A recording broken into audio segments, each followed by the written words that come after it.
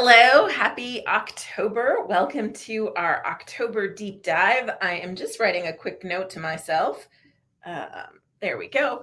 All right. So today we are kicking off part two of basically building your author brand to become a thought leader. So I've already seen some folks saying hello. We've got Darla from California who's here. Steve is here. And Steve, I posted the link. So because you were asking for the replay to part one. And I went ahead and posted it right there, but you can always find these replays under the booklaunchers.tv channel where it says live. So if you go through the streams that you can see, you can find these replays and the replays to all of our lives, where there's a lot over the past. And so you can find them there, but that is the link to the live. We have two Darlas in the house today, both Darla M too, fun fact for you, but one is Darla from California and the other is Darla from Phoenix. So welcome to all the Darlas. And hello, Susan. Welcome as always. And Susan says it's a gorgeous day in Ohio. I have to tell you, so I'm in Las Vegas for those that don't know, and we had a couple of beautiful fall days this week. And for us, fall is, lows of 70 and highs of, high 80s and 90s in the day. And then the light switch went off and it became winter and we dropped down into the 50s and it's windy and it's blustery and it's in the 60s, but today it's in the 60s, but it's windy. So that's our winter. But we had a couple days of fall. We went from blazing hot, like over 100 to a couple nice days of fall. And now it's winter weather. So that's that. Anyways, it's fine. And for me, this is great because now I can get back out and hike every Sunday with my son, which is what we like to do on Sundays. So tomorrow we'll be hiking. And we have Mary from the surprisingly warm Toronto. So welcome, Mary. And BC English from Texas. And let's see. And Brian got his mug. You got this mug, which by the way, today, you guys, somebody can win one of these. It doesn't come with the stuff inside of it, but our vintage not vintage, our original hashtag no boring books mug. And then this is our 7-year anniversary specialty mug, but I think you got the regular hashtag no boring books mug. That's awesome. All right, let me share my screen and we're going to kick off. So and Susan's mug arrives today. And Amanda's here from Holland, Michigan. Welcome, Amanda, and Eric from California. It's great to have all of you here. And Angela, who you can't see yet, but at some point during this live, you will see. She is here from Florida, and she's always here helping me out not always, but most lives, she's here helping me out. And during these 2-hour live sessions, she'll come on and take some questions, probably give a couple prizes, give me a chance to run to the bathroom, and all those fun things. So you will at some point see Angela. But I assure you, she's here and she'll be chatting with you. There she is right there. And she says hello from cloudy Miami. And then Kevin is from Rochester, I think. There's a couple extra letters there, but I think it's Rochester. And Steve says there's 2 audios playing simultaneously. That is probably on your computer. I suspect, Angela's shaking her head. So it's not me. It's not me, Stephen, it's you, Steve. So Steve, you probably have a YouTube or something else open at the same time as this live. So just check your browsers, check your screens. That is my suspicion, is that there's 2 audios playing on your side. So hopefully you can find the one that is not me live and turn that one off. Okay, so let me just dive right in because we got a lot to cover, which is why we turned this into a part 2 from last time. And so what I'm going to do is I am just going to give you guys a real quick preview as to what we covered last time. And there it is. Yes, that's right. Just making sure I was sharing the right thing for you all. So this is from part 1. We're going to blast through all of this. So we covered this is your author brand to thought leadership. And this is a 2-hour training. So for those of you who come to the Tuesday lives, those are usually done in 45 minutes to an hour. This is a full 2-hour training. Hope you got your notepad. I hope you got your pen and a drink and you're ready to rock. So this is basically what we cut the agenda, and we got to launch, and we just started on early post-launch last session. So today we're going to go into post-launch and long-term after launch with a few sections that I'll spend more time on. And I'm not going to talk about all this fun stuff that I talked about last time. I am pausing on this screen because I still love this, that my book that was rejected by traditional publishing went #1 in print books on Amazon. I love that moment. And yes, at that time, I became a thought leader and was on stages and all the fun things. So a lot of what we talk about today is in part this whole journey that I took, but also it's the journey that we map out and work our clients through. And we've been having some really great success stories lately come in of people who have followed our thought leader path as our clients. And now, a year after their book has launched, they're telling us all these fantastic stories about their speaking engagements. And actually, I don't think Linda Magoon is here today, but she's going to be here in Las Vegas for Rave and Author Nation. And Sarah and I were just talking about her yesterday, looking at her website, and she is just doing library after library after library event. And it's really awesome to see things like that happen, because we started her off with a few libraries, and now she's just, that's all she's just doing library event after library event, like 4 or 5 library events a month. And she's doing talks and she's selling books and she's telling her story and she's having a blast. And so the thought leader path looks a little different for everybody, because we are all different. We have different audiences, we have different goals, we have different backgrounds, we have different experiences. But if you follow this path, it will lead you to the thought leadership version of whatever it is you do in your space, which is pretty cool. So we went through all of this, and you can catch the replay on YouTube. I posted the link there. And if you're watching the replay, what Angela does is she collects our links and she gives them to me at the end of this, and then I'll post them in the description below, so that after, if you're watching the replay and you're wondering what all these links are, you can catch them in the live chat on the right if you're watching on a desktop or a computer. But you can also just go into the description and they'll all be there. So the replay for this part 1, where we covered all this stuff, is going to be posted there, or it's already there on the side, so you can bookmark it for later. So we went through all this. We didn't do deep into each of these things, which, okay, by the way, what we do, and I'm going to mention this a little bit later, but we have a group called Author Business Accelerator. And what we do in Author Business Accelerator, it's a paid group, but it's very low cost, $150 a month compared to our full service. But we're teaching you every month, we're focusing on a piece. And then there's going to be prizes where we might create your speaker sheets, your media kits, but we focus on brand. And then we're going to focus a month on building your website. And then we're going to focus a month on creating content, and then a month on creating your email list. And so bit by bit, as you go through this process, you will absolutely build a strong author brand if you are doing the activities and participating in the training and contributing in the forum and winning the prizes. And it's going to be awesome. It already is awesome, but it's going to be even more awesome as we get going, because we just started. Okay, so back to this. So we got through all of this: audience building, media outreach. We started that piece. I didn't do a deep dive into pitching. We're going to talk more about pitching today. Content, activating the book army. We got to book launch. And then where we left off last time was on asking for reviews. And so that's where I'm going to pick up today. And so this is the path where we're going to go today. I'm going to talk about partnerships.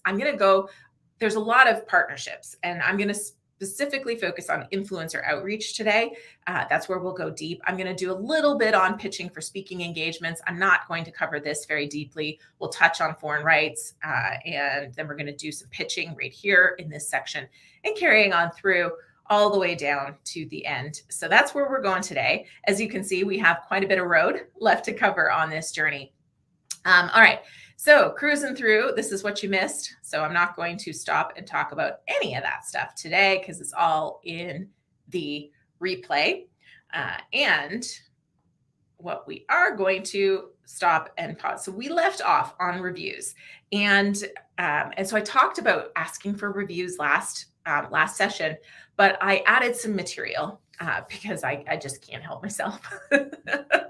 I added some material to this section to go a little deeper into this piece, because frankly, asking for reviews is it is something, not a full-time job, but it is something that you will do from the moment your book comes out for as long as you want your book to remain relevant in the marketplace. And, I don't ask a lot of people one-on-one. I tend to do it in group settings, but one-on-one is really one of the best ways. But there's also some services and things like that, which I'm going to talk about today. But first, I want to touch on rules about reviews specific to Amazon. because there's a lot of misconceptions. And one of the things that I get a lot of comments on, especially when I post videos about different services for reviews, is people inevitably, there's multiple people that always say, why are you promoting this? People cannot pay for reviews. And that is not true. But it's true with the it's not true with the caveat. And so I want to touch on that here 1 second. I also do not want my coffee to get cold. So I have to make sure I drink it. Because once it's cold, I will not drink it. Okay, so paying for reviews.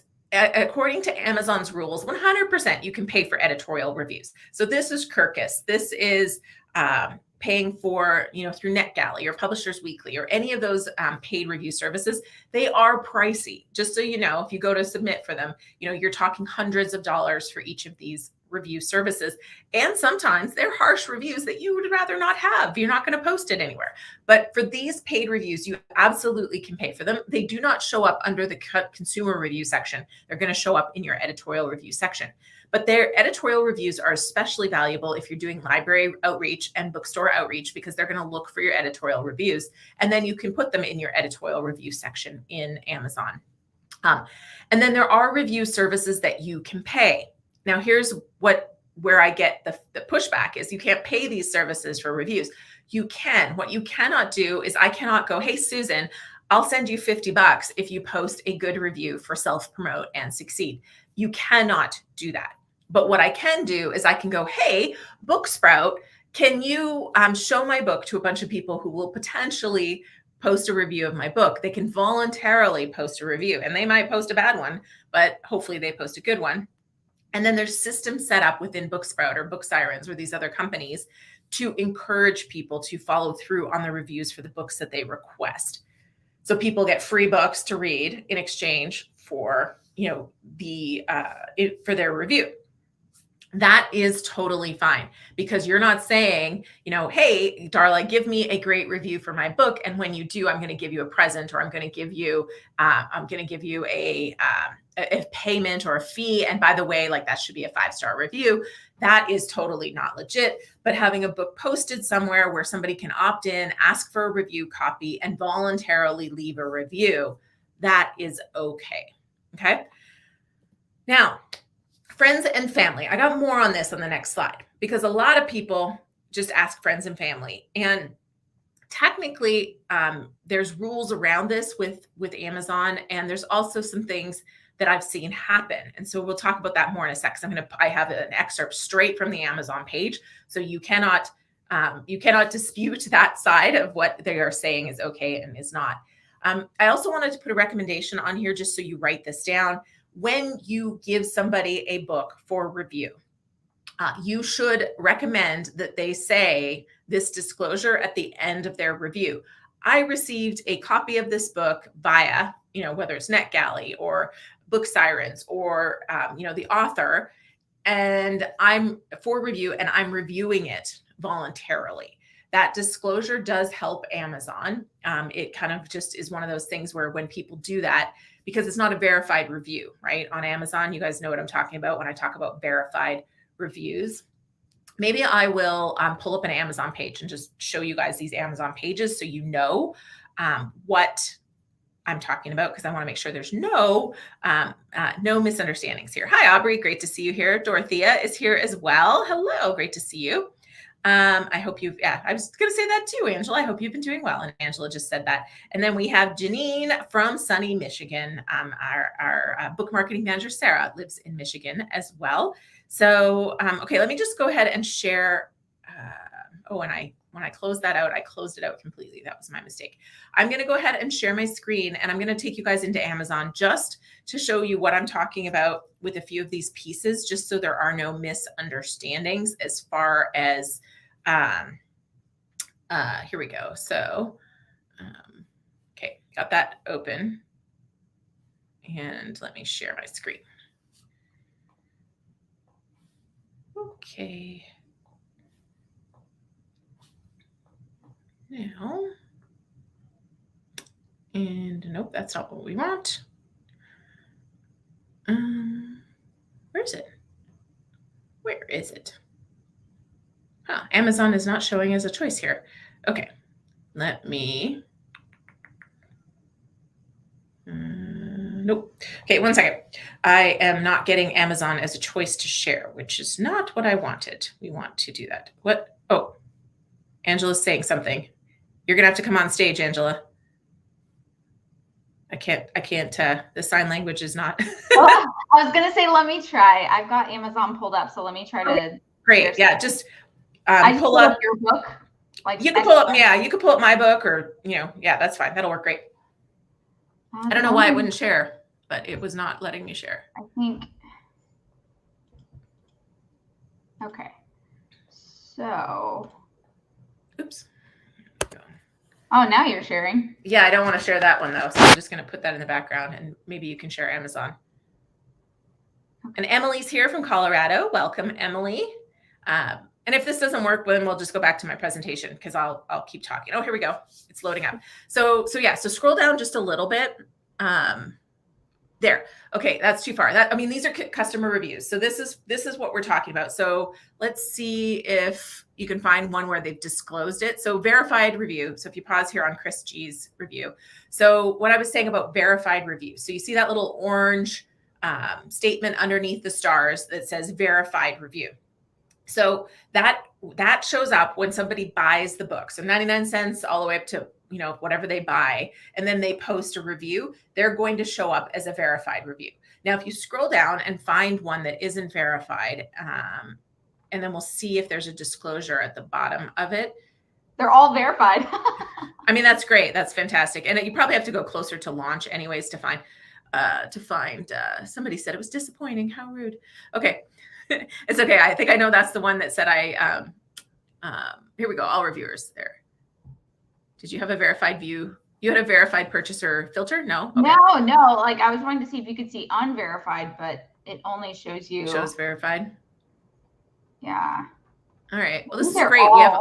We have a lot of verified reviews. It would probably be closer to launch anyways, where you would see an unverified. And so at the bottom, I was just going to see if somebody had posted the disclosure, right? I received this from the publisher, or I received this from NetGalley. There we go. Well, this one doesn't give a disclosure, but it's not verified. Oh yeah, that's not verified. Yeah, I was looking more for a disclosure. Wow. Woo-hoo. Totally unoriginal. I haven't read, you guys, I don't read my reviews because obviously you see a 1-star and you're like, wow, that hurts. Okay, I'm especially impressed. Okay, that's not it. Yeah, it's okay. We don't need to see a disclosure. So the one other thing I wanted to show was just scroll back up, and I just want to make sure everybody knows where editorial reviews go. So those are consumer reviews. They show up as customer reviews. So go click back on the page, the book page. Yeah. And now just scroll down a little bit more, and underneath the books, there's the A+ content. So for those who maybe aren't familiar, that's A+, there, right there. So editorial reviews. So those are where you maybe have paid for. So we have Midwest Book Reviews, Reader's Favorite, The Lovely Librarian, and NetGalley. So when you've paid for review services to review your book, the editorial reviews will show up there. And if you have, this is also where you might put a celebrity endorsement or those kind of things. So thank you, Angela. I just want to show people those things so everybody understood what we were talking about. Yeah. And oh yeah, Aubrey, we could have done a search for a disclosure, but they don't always say disclosure. They like the wording is sometimes I received a copy of this for free in exchange for a voluntary review. So it would have been, but yeah, thank you. Disclosure does not show up. It doesn't show up as disclosure. Usually it's usually just like a little sentence at the bottom. And it's fine. Okay, awesome. So cruising back to the reviews that we were talking about. And let's talk about a couple of the services that you can use for, it started back at the beginning. Sorry, I forgot to click it. Quick review of everything we've covered. Okay. So here is, before the services. So this is specifically the wording that Amazon has about review posting. And so they say we don't allow content if it's got this, company, website, promotion, blah, blah, blah. But we also don't allow people to create, edit, or post content about their own product or services. The same goes for products and services offered by friends, relatives, employers, business associates, and competitors. So friends, is a very loose term. But at the same time, this is where a lot of people, including us, recommend that you don't attach your Goodreads to your social media profile if it's the same or regardless, because Goodreads is owned by Amazon. And so as soon as you attach your social media profile, they get access to your friends. And then they can potentially, they don't say they do this, but we know a lot of people suspect this is one of the ways they identify who your friends are when they do review of reviews and remove them. And so connecting it that way. And I mean, a lot of us are not necessarily friends on social media, but that's one connection. IP addresses, if you've sent people gifts on your Amazon, those are all ways that Amazon has a lot of data on us. So it's really, there's a lot of ways they can determine how somebody might be a friend or a relative or in some sort of employment relationship. We had a client, despite our recommendation she not do this, she still did. She asked all of her employees to post a review for her book. And at first, some of them were able to post reviews, but then she had a whole bunch of reviews get removed. So, and some of the legit reviews got removed with the ones that were in fact not legitimate according to their things. Business associates. This is why a lot of our clients say, hey, can you guys post a review for my book to us book launchers? And we say, no, we are business associates of yours in relation to this book in particular. Plus we've worked on this book. So we cannot post a review.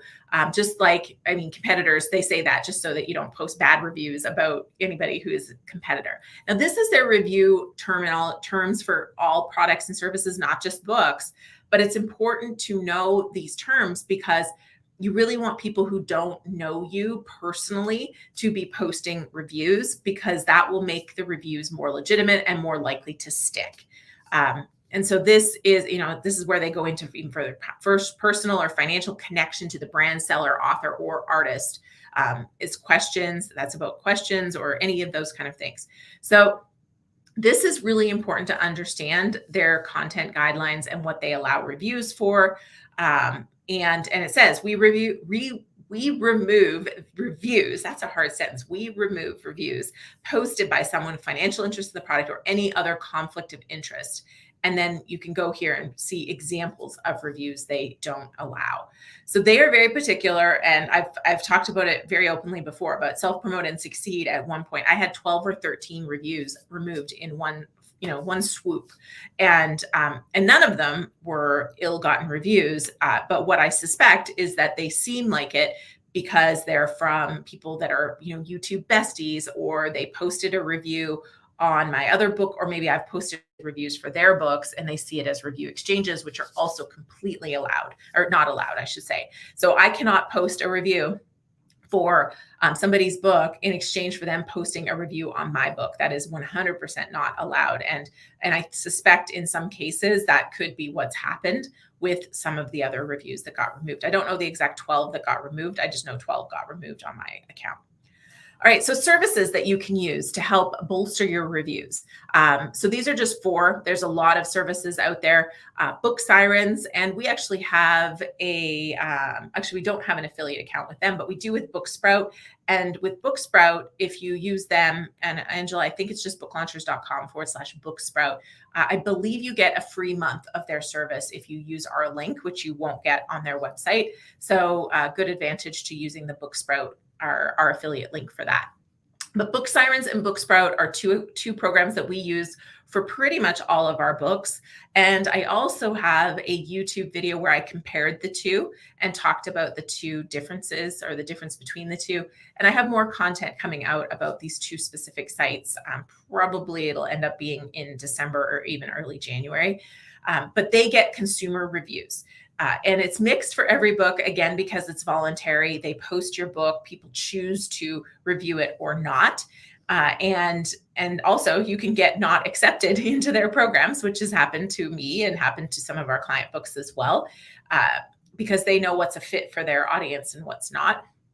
So these are great services. You're not going to get thousands of reviews using their services. We found that if it's working for your book, you might get 5. But every review helps your journey as an author.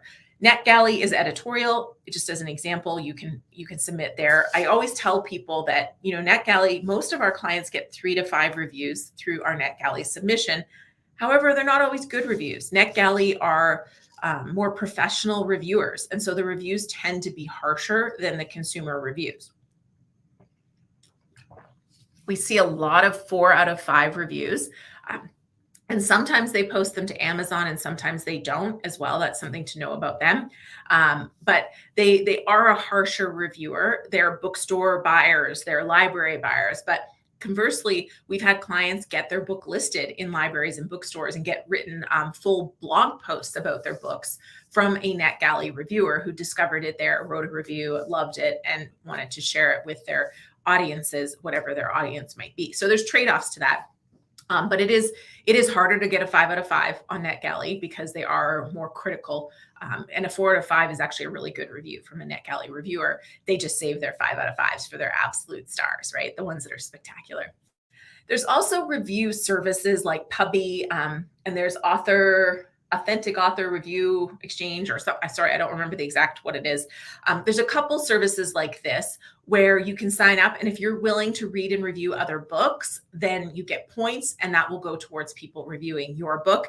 It's not a review exchange. It's all voluntary. You'll volunteer to read certain books and give reviews, and other people will volunteer to read yours and give reviews. So it's more of an exchange. It's definitely work on your part, but it can work to get reviews for books as well. And obviously, the more you participate, the more reviews you'll get for your book as well. Phew. Okay. And so paid ads for your book and to build your email list is the next stop. I am not going to go deep into this. This is going to be an entire month and probably actually 2 or 3 training sessions when we're doing the Author Business Accelerator group that I mentioned. And the reason I'm not going to go too deep into it is there's just so many elements of paid ads. So there's Amazon ads, which we have done some videos here. And again, there'll be an entire training session.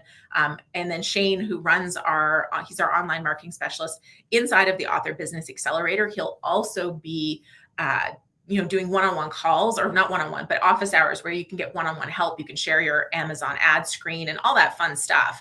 So, and again, I'll talk a little bit more about it later, but here's the link if anybody wants to check it out. There's not a lot you can see inside of it because it's all behind a paywall. But that's our group where we do these like deeper dive stuff and give prizes and all of that fun stuff. So, but also for ads, you can create a lead magnet or you can run ads to your book. So there's a couple different paths here. So one path that I use very heavily is I run ads through Google and YouTube to my free audiobook. So downloading Self-Publish and Succeed or Self-Promote and Succeed, we run ads to those downloads. So you can download the audio version for free and we pay for ads for that. And then after that, they might buy the print version or they might just join our community. Maybe they become clients in the future, those kind of things. And then other authors will run Facebook or Google ads to their book to try to sell it. It's not, for nonfiction, it's very difficult to run a Facebook ad or a Google ad to your book and sell it and make money at the end of that. Because by the time you've paid for your ad costs and your print costs and the shipping costs, you are almost always going to find yourself, certainly not getting the money back on that particular ad. Because you might get your costs down to a couple dollars per click, but not every click is going to convert into a book sale. So if you're selling your book for $20, which is probably a high price, you're still probably lucky if you are breaking even on those. But if you are offering a course on the back end or you have services on the back end, then that starts to make sense for different authors to run paid ads. So there's a lot of strategy, a lot of funnel building that goes into running paid ads. And then Amazon ads are separate. You don't have to run a funnel. Your Amazon ads can become profitable in time. And that's where Shane is really, really good and kind of can walk you through it. Not every book is going to be profitable on Amazon. We have a chunk of books that just don't work on Amazon no matter what we do. And then we have a chunk of books that they work and we don't know why they're working because they're working really well. And then the ones in the middle where kind of all the same things work for them and it works. Amazon ads definitely contributes to the overall performance of that book. So lots there. And there's lots of questions here. So I'm going to get Angela to save them and we'll pause after I cover the next section. We'll pause and we'll catch up on questions. Okay, cool. And I see Christopher Madish is in the house. Do I have, hold on. I got your book here. I want to show everybody. One moment, please. Don't mind me while I have big stacks of books back here. And I just dropped Michael Beatonbaugh's book. All right. Here we go, Christopher. Let's show everybody, because this is one of the most interesting. I mean, one of the cool things in this job is that there's always new topics and new books. But here we go. So this is Christopher's book, The Flag Revelation. Sorry, there's a little bit of a glare on that glossy cover. Now, I didn't even know that there was such a thing as a vexologist, and I hope I'm saying that right, Christopher, before I met him. I had no idea that there's people in this world that study flags and do all that. So this is just kind of a look at his book. How cool is that? If you have any interest in understanding about flags and learning stories about all the different flags, this is so cool. I'm just trying to find one other page here. So you can find your state flags. Here we go. There's my state, Nevada. Oh, wrong side. Here we go. Anyways, there you go. Christopher's book. Okay. Now, I got myself distracted. Here we go. Let's go back to my presentation. And so, Angela, if you want to hold the questions after we get through the next section, I'll do some questions and we'll do some prizes then too. So now, where are we? Let me see if I can get it to start back at where I left off. That's always, where did it go? Okay. Nope, it started at the beginning again. All right. I don't have my little button that I usually have that says resume. So forgive me for the recap. Okay. Now, next thing. So you saw paid ads. That's what we just talked about. And now seek partnerships to promote your book. This is the next one I'm going to go a little bit deeper on. So there's different kind of partnerships.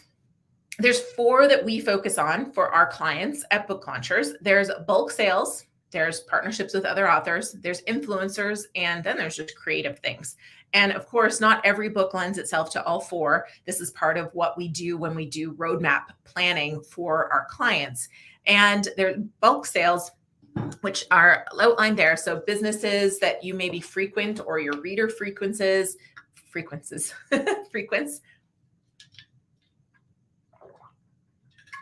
There might be sponsorships, like the example that is on this slide is a gardening book used by real estate agents to congratulate new home buyers. So one of the bulk sales that I did with my first book was there was mortgage brokers that bought my book, and I'd have to sign them. They wanted signed copies, but they were in my local area and they loved giving my first book, More Than Cash Flow, to their clients. So they would give More Than Cash Flow to their clients. So they would buy my book in bulk. And then, you can kind of think of other examples, but there's a lot of bulk sale opportunities. Can even be corporations for gifts. That can be one of our clients, I think it was a couple years ago now, but she sold 800 copies to a company who gave every one of their employees her book for Christmas gift. So bulk sales are, all of these require some creativity and kind of understanding your market and where they're hanging out. But, there can be really great opportunities in there if you're creative and you're good at networking. Other authors, I've done this too, where I've had another author give me books and we've sold them in bundles. Usually for me, the partnerships tend to be some sort of an exchange, like I feature you, you feature me, but you can do newsletter swaps. You can do takeovers. Dale Roberts and I were talking about how I might do a takeover of his channel come when we do our holiday extravaganza in December. If you're new around here, you maybe haven't been to one of our holiday extravaganzas, but It's like a deep dive session, but we just give prizes and answer questions. And there's usually multiple people from my team, so you get to hear other people's perspectives. And he has offered for us to take over his social media. So if you're here today live, or if you're watching the replay, let me know what you think of that idea. I think that could be fun. And then influencers, which is what I'm going to talk about a little bit more today. You can do all kinds of things with influencers, and sometimes just having them endorse your book can be really powerful. And then creative, nonprofits, you can do a lot of things with nonprofit organizations or other kinds of associations and groups. So I just did EO, which is Entrepreneur Organization, and I'm a member. They had a Western regional event last month. And I gave them, we gave them too many books, but that's a different story. We gave them 500 copies, 250 copies of each of my books, Self-Promote and Succeed and Self-Publish and Succeed. And what they did was, they featured book launchers in a few places, and then they put one book in every attendee's bag. Now, they didn't get as many people attending as they expected, which is why Angela now has a whole bunch of extra books. So if anybody gets a book that has a sticker on the front page, that's because it covers up the personalized letter for the EO members, but we didn't want to throw them out. So we kept them, and we're using them for other purposes now. All right, so let's talk about influencers. Now, usually when we ask our clients, which influencer, who would you like us to reach out to for you? Or they say, hey, these are the people I want to be on. We usually get Reese's book club or Oprah's book club, or people want to be on Joe Rogan's podcast or Jordan Peterson's podcast. And yes, these folks absolutely are influencers. However, it's not that easy to get in front of them, to get on the book club, to get on the podcast. Doesn't mean you can't shoot for that goal, but it usually means that's not where you're starting. So where should you think about starting? Well, make your list. So you can make a dream list. So who do you know your readers know and will be influenced by? So that might be the Reese Witherspoons or, whoever it is for you in your industry. So you can make your dream list. Now, also look at YouTube influencers. So who has a good audience? Like who has 100,000 subscribers or even 50,000 and is in your space? Who are social media influencers? And for me, it's not just about the number of followers. I want to see engagement on the post, because I see an awful lot of people who have 100,000 followers and nobody's commenting. So they got a whole lot of bots. I'm looking for real influencers. They haven't bought their likes in their posts. They have people who are commenting, and the comments are legit, because you can read the comments. You can tell when somebody has paid a service to just post comments on a post or a reel or a picture. And so what I'm looking for are people who probably have 100,000 followers on their social media platform, but it's an engaged audience. So it's not just 100,000 bots. It's people who are, they're getting 50 to 80 comments on every post or most posts.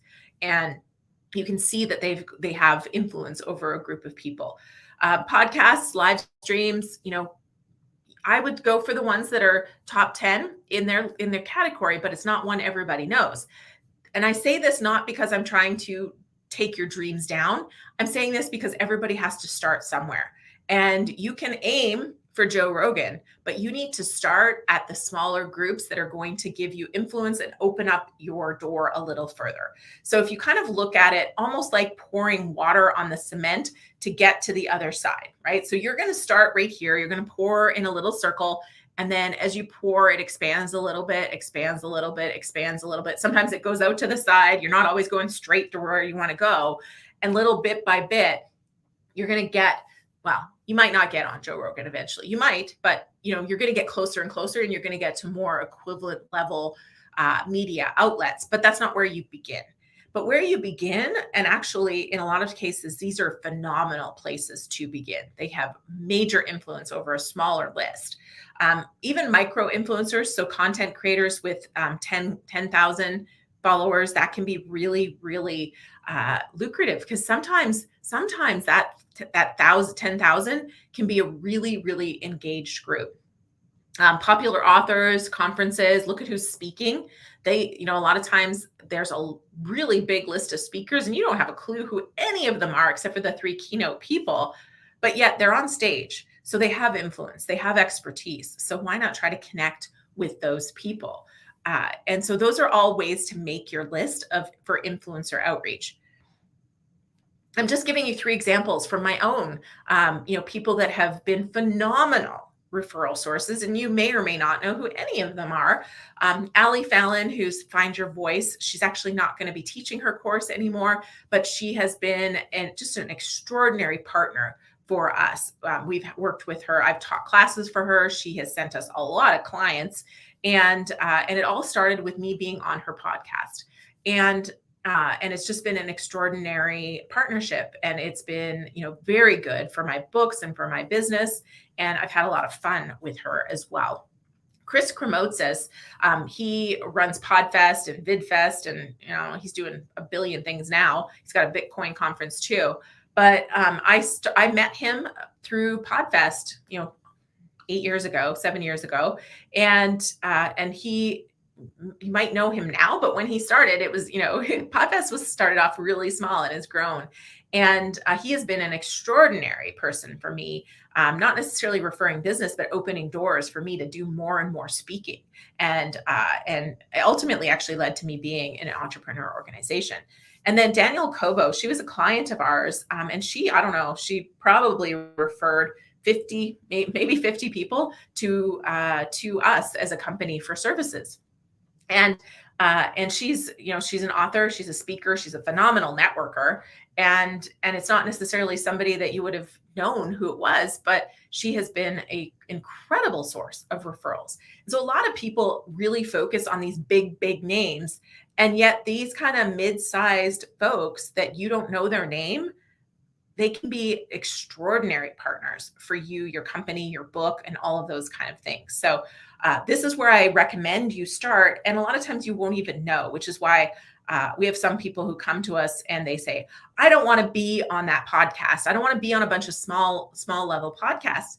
And I always smile and nod because I understand. I mean, I'm crazy busy. I don't actively pursue any podcast interviews anymore just because my schedule is so full.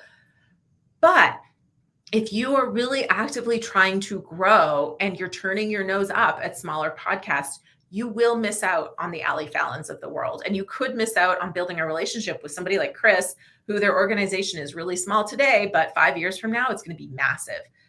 And Danielle, you would never know it. I think she has a podcast of her own, and now she has a book and she's on stages, but you wouldn't know what a phenomenal networker she is. But if she has a podcast and it's small and you meet her and she loves you and she starts referring a whole bunch of people to you, well, you've just missed out if you've turned your nose up because you think she's not big enough for your time. So it's an interesting thing. I always tell people it's a privilege to have an audience. And, even if you have one person in that audience, sometimes one person is all it takes. And so, start small, and it's actually not only okay to start small, I think it's great to start small. And if you do it well, you'll find that you are growing your sphere of influence, your platform, your book sales, your reviews, all those things. Okay. And one of the best places to start is social media for meeting them. And social media to-dos, look for where they interact with their audience, look for what they're posting, add value when you can, share, comment, basically just follow them and engage with them on social media and support them when you see the opportunity. This will also allow you to spot when they might be speaking or attending certain events so that you can meet them in real life. That is the ultimate, if you can make it an in-person connection with somebody, and kind of create that organic connection, not the constructed social media connection. But be ready, because when a door opens, you want to step right inside. And going back to Allie, one of the things, I was on her podcast. I said yes. I went on her podcast, and then there was the opportunity to reciprocate, because she was doing something, and I said, hey, why don't you come on my YouTube channel? And then she said, hey, I've got this class. Do you want to come teach this section of this class? So the more you step inside to those doors, the more you'll find other doors open. And it's okay if you've had relationship with somebody for a while and, the door doesn't open. It's okay. You can still ask. They might say no, but, at least after you've built a relationship, it's comfortable and you can make the ask and see what happens.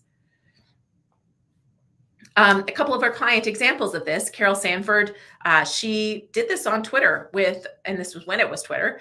She started engaging with Tom Peters, and now Tom Peters, I believe, wrote the foreword for her most recent book. He's endorsed her books, he's promoted her books, and it all started with just some really authentic but engaging dialogue on social media. And then Martha, she also had, one of the things that she did, it wasn't necessarily directly on social media, but, she shared this, and she said that she was off to Low Carb USA conference, and she's sharing her book, and she's going now as somebody who is known in that field. And this was all because of slowly but surely kind of following the path of thought leadership and building those relationships and making outreach. So a couple things to talk about on don'ts. If you connect with an influencer, don't ask them to share your post or retweet. That's just not going to build a relationship or really give you any value either. And please, this is a personal pet peeve, but I know it's not just me. Please don't ask to pick their brain. Nobody wants their brain picked. Now, you can, and this will often hook somebody in. If you're meeting them live and in person and you have a specific thing you want to ask, you could say, hey, listen, I have a question. I think you're the perfect person to answer. And then just ask the question. Don't give a 5-minute background. Just say, I've really struggled to get Amazon reviews. What's worked for you?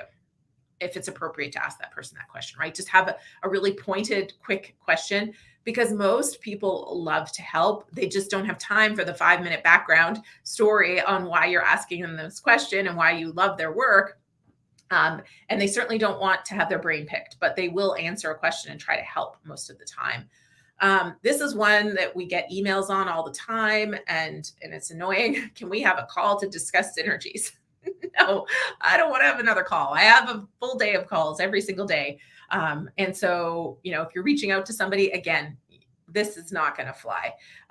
And being a pain or a nuisance is also something, commenting is not being a nuisance, but, constantly writing people and saying, hey, just want to see if you got my message. Hey, can you promote my book? Hey, can you retweet? Hey, can you share? You're just asking and asking and asking.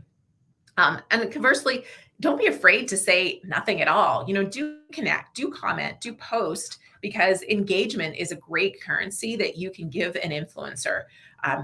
Everybody needs audiences, and the more engaged their audience, the more they have. And if you're the person, if you see a post and everybody's saying, oh, this is great, thank you, amazing, and then you put a thoughtful statement, a sentence, or a story about how this really connected with you that day, that kind of thing will stand out, especially if you do that a few times. When you're meeting them, don't go in unprepared unless it just happens to be an accidental meeting. Again, kind of think about that specific question or that specific statement and try to be fast and efficient with whatever you're saying, or constructive, kind, those kind of things.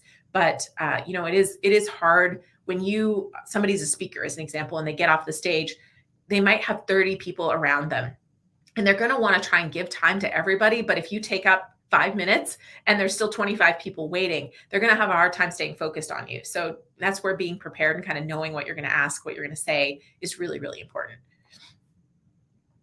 Okay. And so just really quick, Book Launchers does do full service marketing. And a lot of people ask me what we do for full service marketing. It is better to come and work with us throughout the editing, design, even early writing, but editing, design process, because we start working on your marketing, your roadmap, your research, your keyword research, your category research.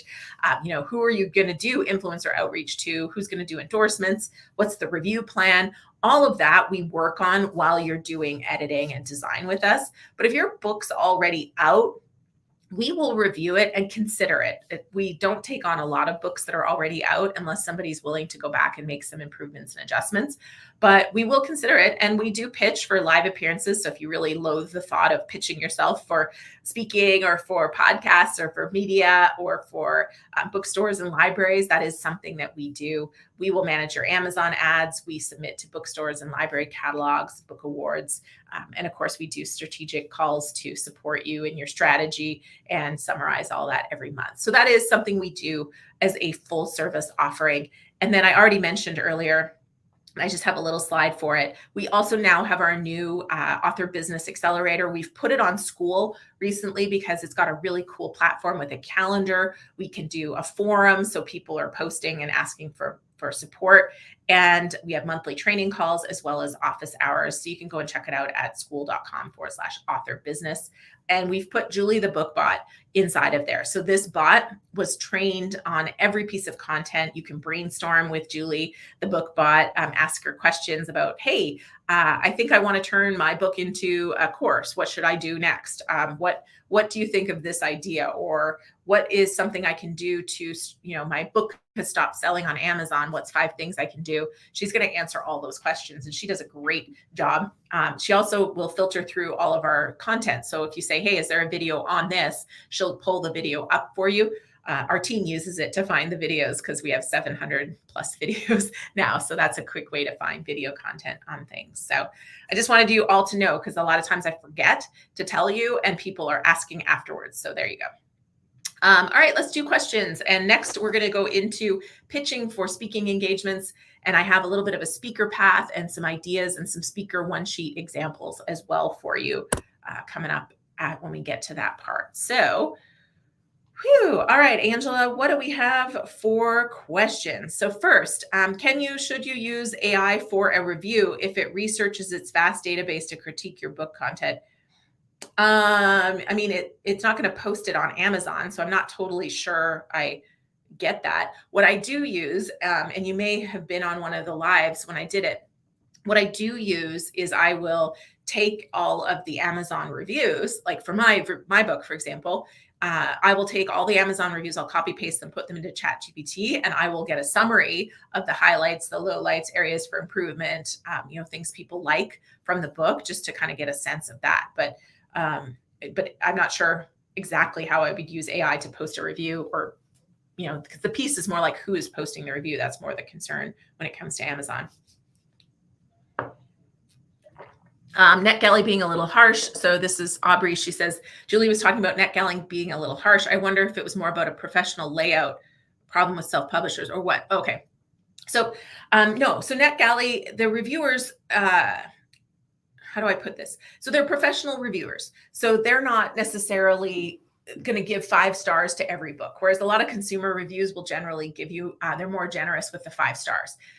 They can be harsh. So if you're a self-published author and you have not gone through rigorous editing for your book, I would not submit to NetGalley because they're going to tear you apart. Our books generally come back with 4 or 5 star reviews, but our team puts every book through content edit, 2 rounds of copy edit, sometimes a fact check and a proofread.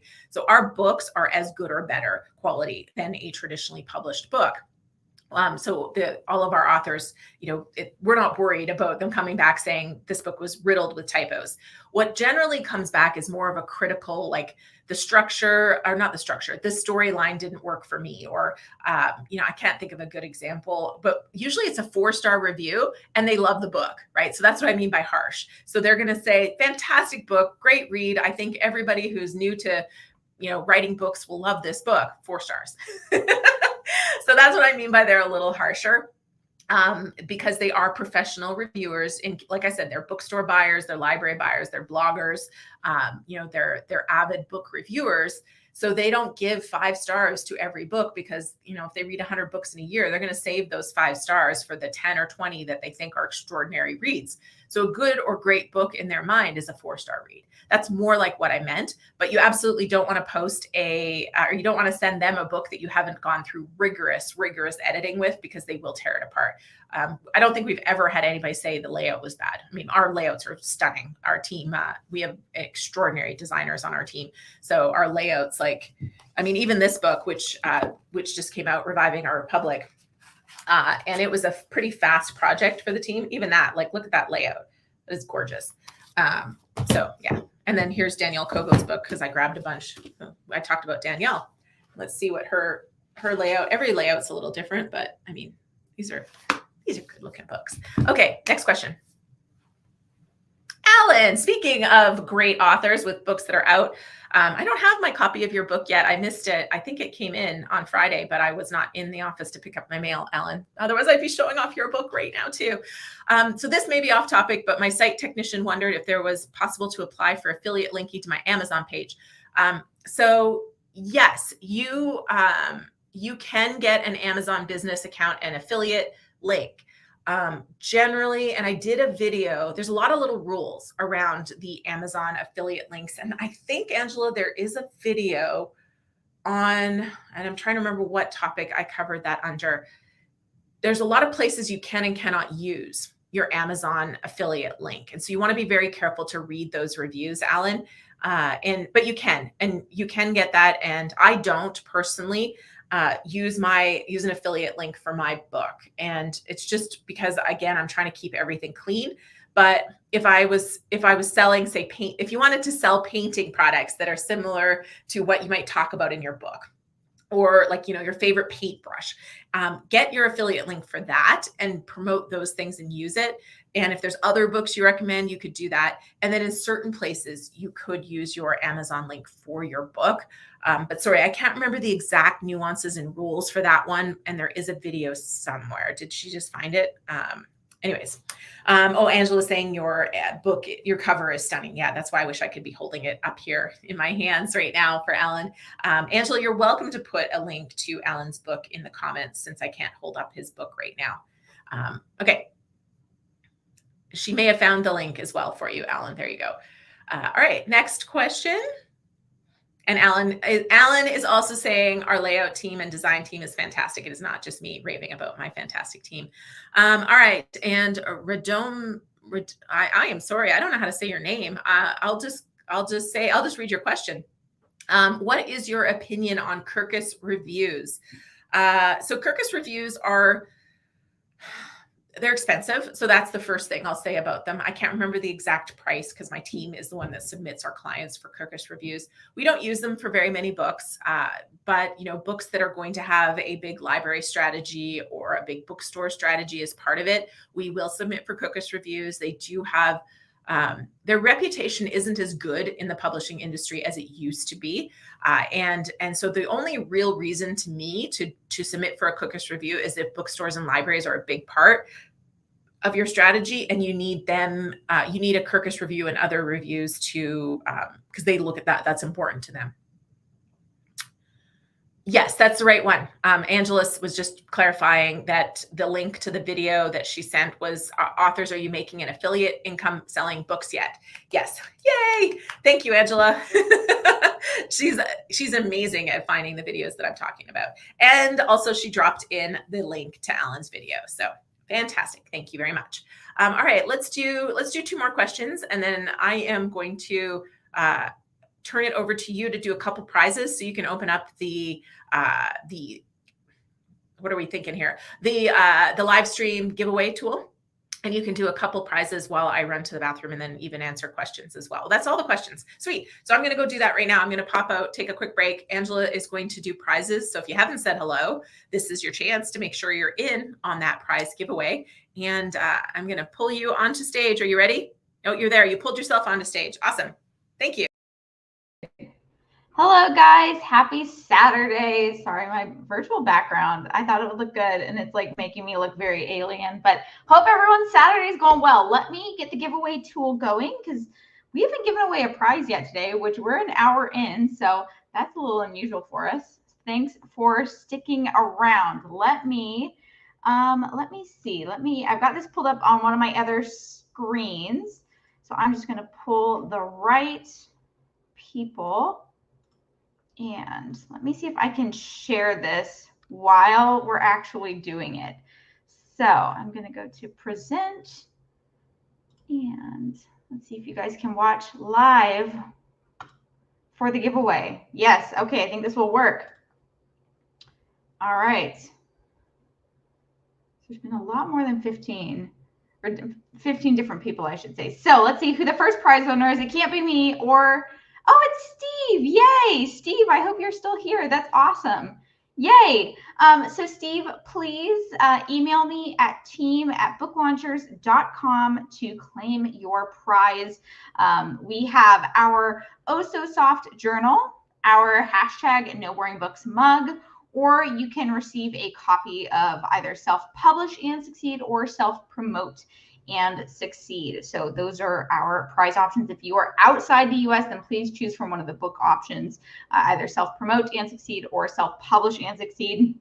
There are customs fees that both the recipient has to pay and the sender has to pay whenever it's a bulky package being shipped outside the US. So let me know what prize you'd like. Again, that email address is team@booklaunchers.com. So, okay, I've seen a couple more comments come in. Let's do another prize, guys. I mean, why not? Julie's not here, so I can give away as many prizes as I want. This clears out my closet a little bit, where I have a few closets here, and one of them is dedicated to this.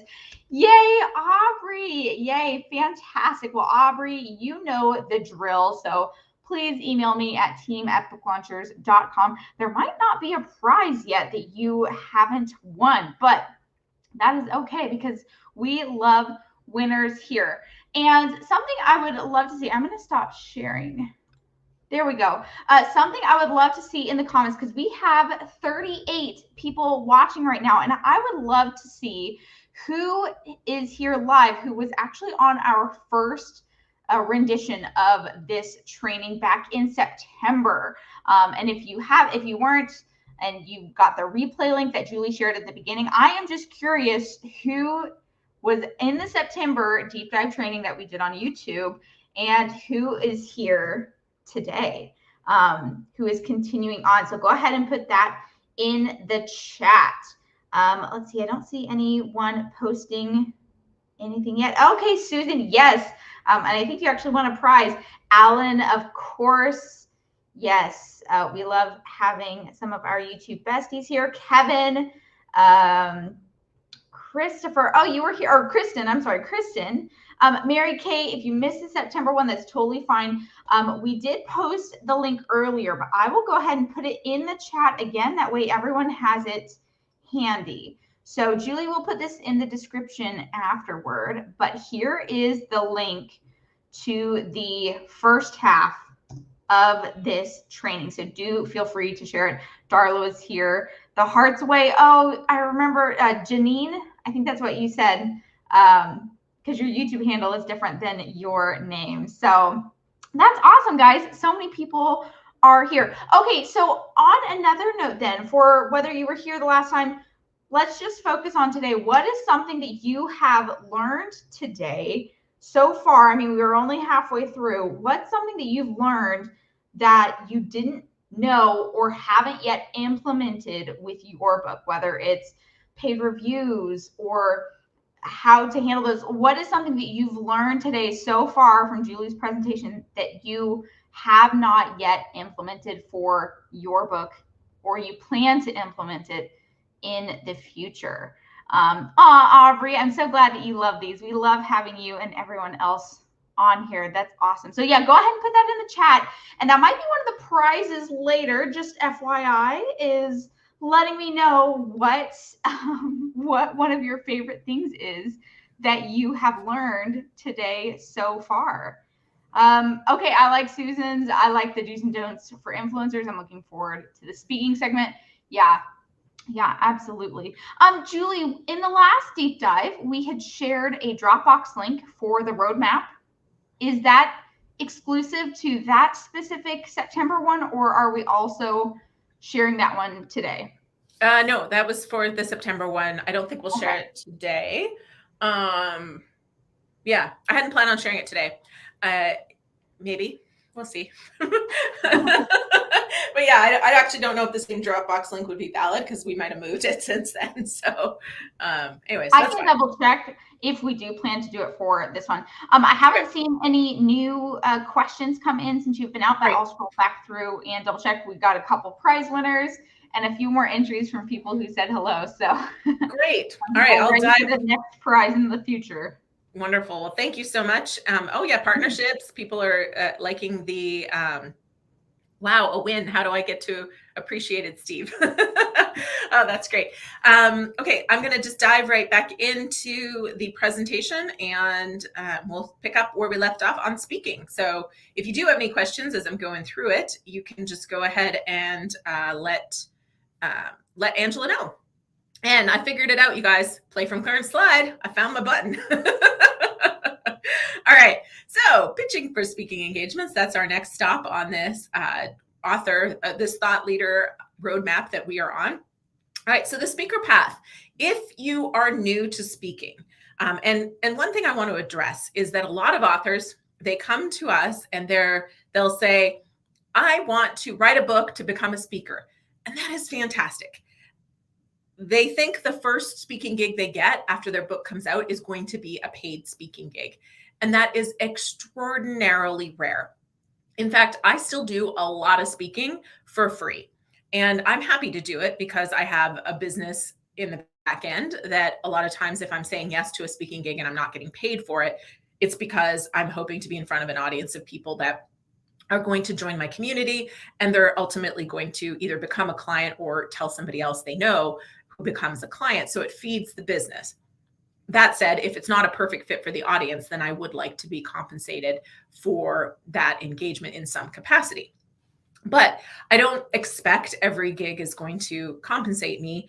And if you have never done any speaking before, and your book may immediately lend itself to speaking engagements, which we talked about Linda Magoon at the beginning or earlier today, how she is now doing a whole bunch of library speaking engagements. And Alan, you'll meet Linda at Rave because she's going to be there along with Efren and some of our other fabulous clients.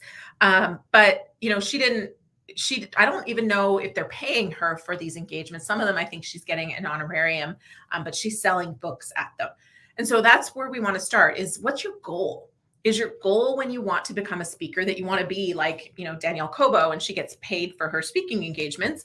Or are you going to be speaking to get leads for your business? Or do you want to speak in exchange for the opportunity to sell books to everybody in that audience? Or are you going to sell books in exchange for that speaking, which our author, Carol Sanford, she has done a lot of virtual as well as in-person events. And she will take a fee for it. She does a lot of high paid consulting as well. But she will, if you buy 600 copies of her book for your organization, she'll come in and speak. And so those are some of the exchanges. But what are your goals? You have to understand where you want to be in the future and what you are really focused on, why you're speaking, and so these little interim steps that you might want to take or the things you might want to say yes to in the meantime. The next thing is to develop a signature talk. And for me, as an example, I'm going to be speaking at Author Nation in November. And my talk is one that I've never done before, but I pull elements from what I would call my signature talk. There's elements of my story. There's some kind of standard pieces that I use. And so your signature talk may not be the talk you give every time. If you want to be a keynote speaker, you'll probably end up with one or two kind of signature talks that you give. So when I book people, so I'm learning chair for Entrepreneur Organization, the Las Vegas chapter, and my job is to book people to speak. And we have a budget. I don't pay people their full keynote rates, but a lot of the speakers I'm booking, their normal rate is $20,000, $25,000. And what's interesting, you'll find, is they tell you, these are the two talks I have to choose from. And I may or may not want that precise talk, so they'll tailor it a little bit.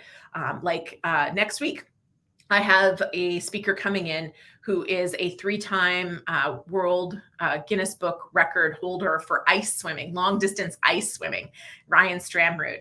And so he's coming into town to speak. And when I was booking him, he said, okay, here's my two main talks that I give, and here's an optional add-on for that talk, for those talks. And that's typically what I'm seeing from the keynote speakers is they have specific things, but they'll tailor it. But you need to have that specific thing to start with. So develop your signature talk, and then it will get tailored to each and every audience. But you need to know what your story, usually it's your origin story, and what the core message is that you're talking about, which usually comes from the hook of your book. Now, sometimes this can also be a chapter in your book that's kind of your signature talk, but usually it's the hook of your book that and your story, and that starts to form the basis of your signature talk. Then you're going to want to create a speaker media kit. And you may not be able to do it off the hop, but you want to eventually have the goal of having a speaker reel and then your speaker one page, kind of like a media kit, so that people get your bio, your credentials, testimonials, and your talk topics all from one page. And then this is really important. Start small, build experience, create that killer speaker reel, especially if you want paid speaking engagements, because the only real path to paid speaking engagements is either referrals or, sorry, I'm checking my babysitter. My babysitter just sent me a note, so I just had to make sure everything was okay. And so you want to be creating that speaker reel to get paid engagements, because the path is referrals or through killer proof that you're going to rock the stage. Because when somebody books you, so even just using my own experience on this. So when I book people, this is my second year doing this for the Las Vegas chapter. And I'm volunteer, so I don't get paid for this role. And let me tell you, if a speaker is subpar, like I booked a speaker last year who, and I won't name the name, but it was pretty, this person came very well recommended. I'd never seen them speak before. I had 2 calls. I had an interview call and then a prep call with this person. And yet still 25% of the reviews slammed different aspects of this speaker and what they did on stage. And it's hard. So it's really hard. And I'm a volunteer. So imagine if this is my paid job and I have to excel at it, or I'm not going to have a job. So you have to vet those speakers that you're paying so well. And so the best way to do it is so the speaker that I'm booking, not now, I'm booking another one, a fairly high-end one for May of next year. I'm booking him solely because another chapter said he was a 10 out of 10. And I mean, he fits with what I'm trying to accomplish too. But another chapter of the exact same audience is saying he was amazing. And then they've given me outcomes and like 3 months after the fact, why people are still saying, because it's hard. It's hard as an event booker to find great speakers that it's going to please your audience. So the more you can prove to an event booker that you are going to be worth the risk, even if you're free, by the way, because I book people, don't pay them, and I still get panned afterwards. Most of the time people are nice about that, but even free, right? It's their time, their energy. They've put that into being there. So there's risk when they book a speaker. So you have to do everything you can to mitigate that risk through proof that you're going to be awesome. Now you also leverage your book for credibility. So you can, if you haven't done a lot of speaking, or if you have, you can still leverage your book. You can leverage the awards. You can leverage, if somebody famous like Tom Peters has said your book was amazing, that's an endorsement of your thinking, which is often what they're looking for when they put you on stage. You also want to network with event organizers and speakers, because guess what? A speaker is often, if they're great, they're going to be asked, hey, do you know somebody? And they will refer you if you are friends. Again, that's where Danielle Cobo's networking has been extraordinary for her, because she is a speaker and she networks with a lot of other speakers, which is why she has so many people to refer to us. But she knows that's a path to getting more speaking engagements. Online presence, just like you're selling for your book, building your author platform, guess what? That also helps with your speaker path.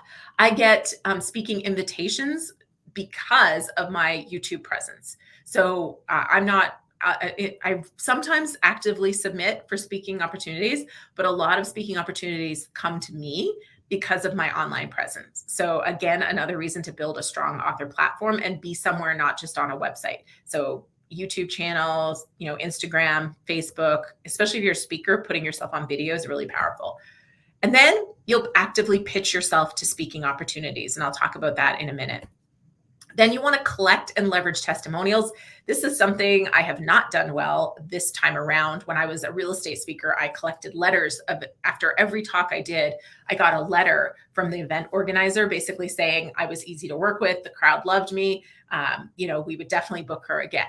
And it was a very simple letter, but I got it from every place I did. And then whenever somebody was considering me, I included copies of these letters from these major events that I had spoken at. And then my speaking submissions were almost always a yes.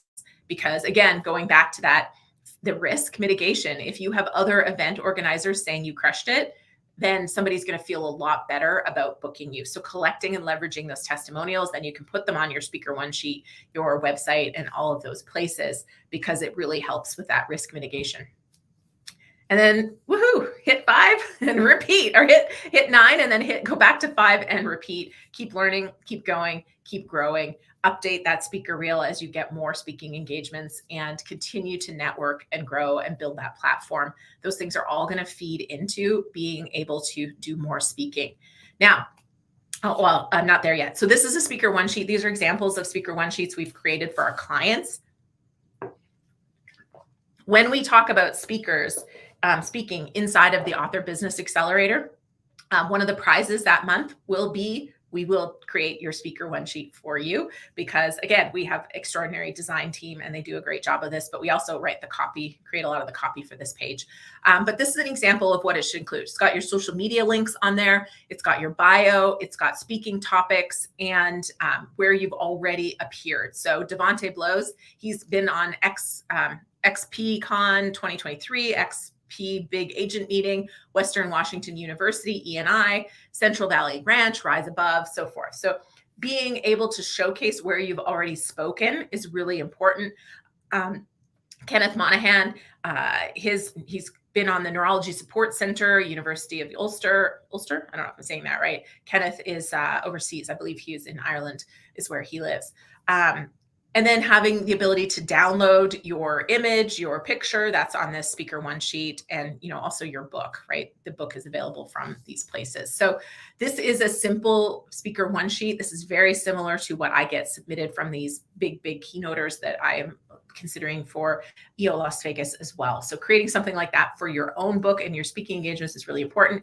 If you have a killer testimonial from some organization that you've spoken at, you could also include that on this page. And then what I used to do is my next page would be just photocopies of those, or not photocopies, but images, copies of the testimonials and the letters that I had. So this would be page 1, and then page 2, 3, 4, 5 was just extra proof of the fact that I was a good speaker.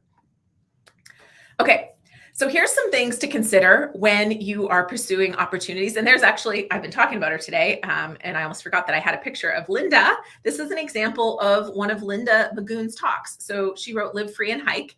And I mentioned that we were just on her website, and she just has a whole bunch. She's just been doing library talk after library talk after library talk. And this is her book, one of her bookstore talks. So you can see what the room looks like. It's not these big fancy stages where, she's on the stage and there's 600 people in the audience. There's 20 to 50 people in her typical event. And she gives a little talk about her book and her experiences. And then she sells books. And it's working incredibly well. And I share this because I think a lot of people get hung up on what success in this space looks like. And this is massive success, to be booked almost every single week, sometimes twice a week, to go to different places to talk about your book and to have these bookings coming in organically. That is massive success. And it looks different for every book and every author. So ways you can go there and get to this point. Well, one of the things I've done a lot of is using my book as currency. So I either get paid through people buying my book, or I give my book in exchange for exposure in different ways. Because sometimes people have budgets for materials and educational material, but they don't have budget for a speaker. So perhaps you can say, hey, listen, I know you only have, $500 for education budget. What if you buy $500 worth of my books, and I will come and give a talk to your local group? I did a lot of that in the real estate space. I would sign the book, so it was extra value for them. They would give a copy to everybody who attended the event. And then I was putting books in the hands of people who were a perfect fit for my services or for investing in my properties at the time. And they got to give everybody a copy of the book. And then I got some sort of a fee for speaking where I never would have been paid before. So that's a win-win. Again, it's not what people think of. They're like, I want to get the $10,000, the $20,000 speaker fee. Well, sure, that's a great goal, but that's not A, where you typically start, or B, what you probably are going to see with each and every gig. So selling from the back of the room can also be a powerful opportunity for some of these bigger events. So you may speak at an event that has thousands and thousands of people, and you might be in a breakout room. They are not going to pay. They don't pay the breakout room speakers most of the time. They might cover your expenses. At some events I get hotel and food and, those kind of things covered, but I'm not necessarily getting paid to speak on that stage. So what will happen is you might be given a table, and at that table you can get email addresses and you can sell copies of your book. And so you have different opportunities, or if you're at the stage, you might put a QR code up there and they can sign up for your email list, and that can be really valuable too. If you are getting paid to speak, you will almost always submit two different proposals. You'll submit the straight up, this is my speaking fee proposal, and then the other one will be, this is my speaking fee proposal, plus if you buy a copy of my book for every person in your organization or for every person attending that talk. And I don't know the stats recently, but I know I had a call with somebody who was tracking the stats on this. I think it was about 18 months ago. And they said 40% of the organizations were taking the speaker fee plus books. So maybe you give them discount on your books, but you're still probably going to make $3, $4 per book. So that might be an extra $400, $800 on your speaker fee because you had books to include. So that's another thing to consider. Virtual events for books, that can be a great avenue. I actually already mentioned this. Carol Sanford does it. She does virtual webinars and talks for organizations in exchange for book purchases. And if I can't sell books or I'm not being paid to speak, my number one focus is always getting email addresses.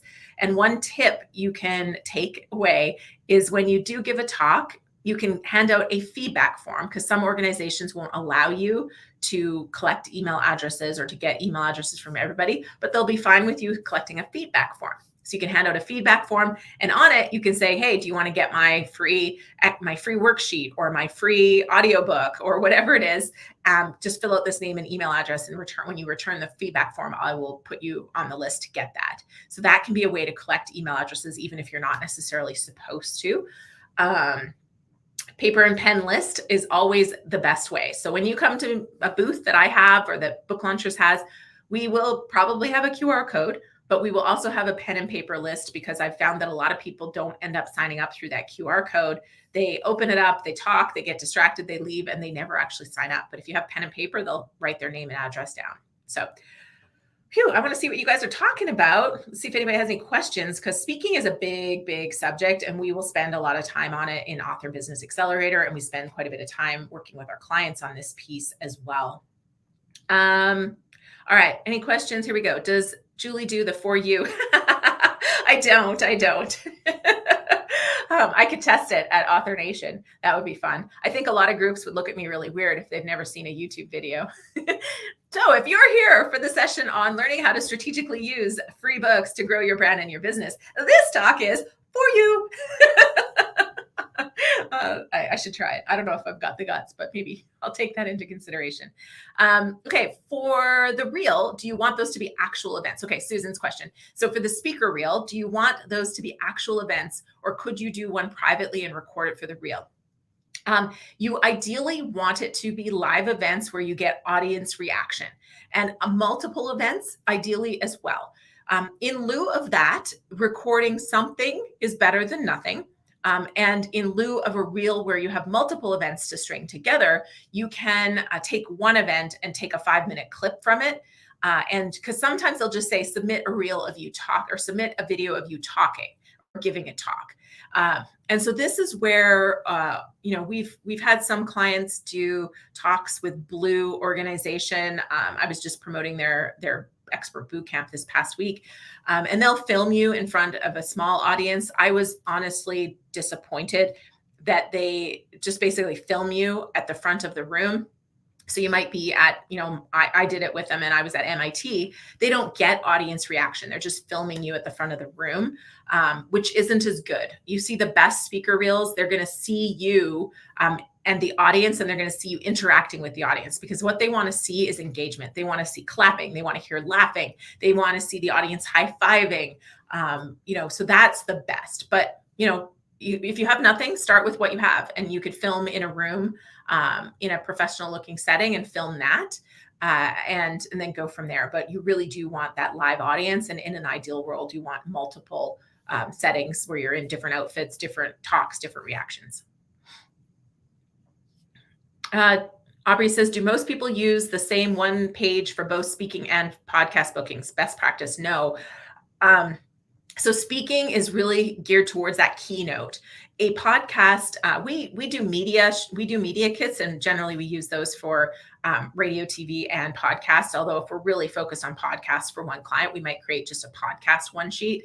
And the podcast one sheet will have questions that somebody might ask you, versus the speaker one sheet is going to be where you've been seen for talking, for giving talks, as well as it's going to just be your one or two, maybe three keynote topics or main topics that you give talks on. So they are different, and you do want to have both if you're pursuing both. Can you recommend a concise book on public speaking, TED Talk style? I have read a few. I'm trying to think of my favorite one. There isn't one that stands out in my mind as I was like, that was the greatest one that I loved, that I read. I don't have one here right now. But I'll take that under consideration, Brian, and I'll try to think of one. There isn't one that I loved that comes to mind. We've had a couple of books that we've worked on that were good for presenting, like, what's the PowerPoint one that we did? It had the great subtitle. Angela might remember it. She'll be able to find it.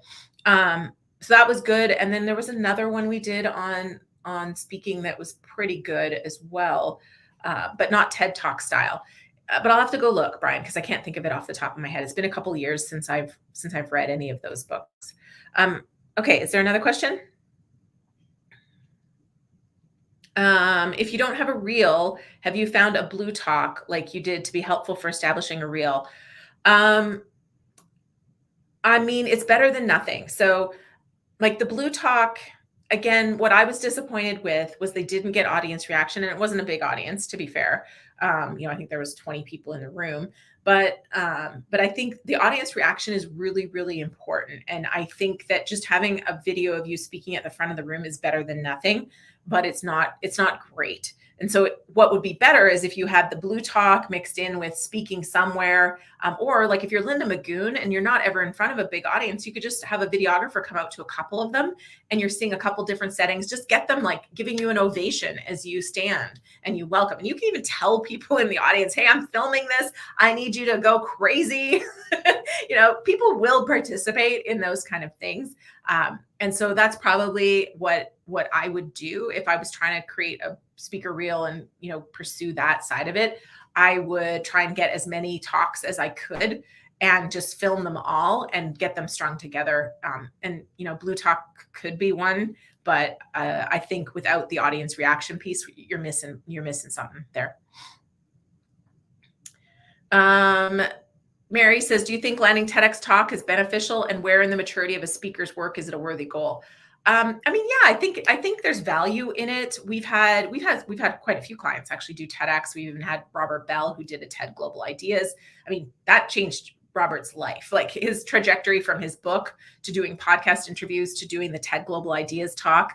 And literally he's in a different country now. It completely changed his life, what he did with that. So, but that's TED Global Ideas versus TEDx. It depends what your goal is. So do I see a TEDx leading to a lot more book sales? Not really. It really comes down to the author and what they do with that TEDx credential. Does it give you more credibility? It can. So if you are a consultant, if you're a speaker and you've had a TEDx, I think there can be value in that. Absolutely. Certainly if you've done a TEDx and you can put that into your speaker reel, that is going to be high value there. So it just depends on what your goal is. It's never been something I've pursued. I've never felt like I needed a TEDx to get where I want to go. And so it always just felt like a lot of work to do a TEDx that wasn't necessarily going to add to what I'm doing, but depends on your goal. It can be really good, I think. Thank you. Dan Fraser, kick-ass presentations. That was the book I was thinking of. I love his book. He did a great job of this book. Not necessarily what you're looking for as far as TEDx style. It's more like, giving talks when you're not used to giving talks. But, and I just remembered the other person that was working on a book. She has not launched it yet. So she has a framework for creating talks and giving presentations as well. Let's see, has there ever been anyone that ever launched more than one book at a time? Just asking. I mean, I'm sure there has been. At book launchers, we have not launched, I don't think, 2 books at a time. So here's the good and the bad of doing that. And actually, so here's an actual example from that Dale gave. So Dale Roberts and I just did a live stream on Tuesday. He just launched book 4 in a 12-book series. And so what he said in that live is something that I think applies to this situation. Is he said, because he's launching 12 books over a year, he is not going to be able to put emphasis on any one book. So if he was writing one book this year and putting emphasis on it, he would be calling in favors from all the influencers he knows. He would be doing speaking engagements, media, and everything around that one book. But because it's a book every month, he can't do that kind of a push because he'll kill his network. He'll kill his audience. People are going to be so tired of hearing about him and him asking for favors. So if you were launching 2 books at once, there's some benefit in that when people find you, they will now have 2 books that they may buy at the same time, but it can also dilute the efforts that you have because people might buy one book and not buy the other. They might review one book and not review the other, versus if you launch one book now and another one 6 months later, you can take the platform building that you did with this book, feed it into that book, and have it be like that circle that's growing around it. But without knowing bigger picture strategy and what you're trying to accomplish, that, my preference would not be to launch 2 books at once. I also think energetically it's impossible to handle both. I mean, ask a mom of twins how they manage that, right? So there you go. Okay, it's 11:31. We still got lots to cover, so I better get back into it. And but before we do that, Angela, did you pick somebody for a prize for your favorite tip from the early part? We might as well do a prize.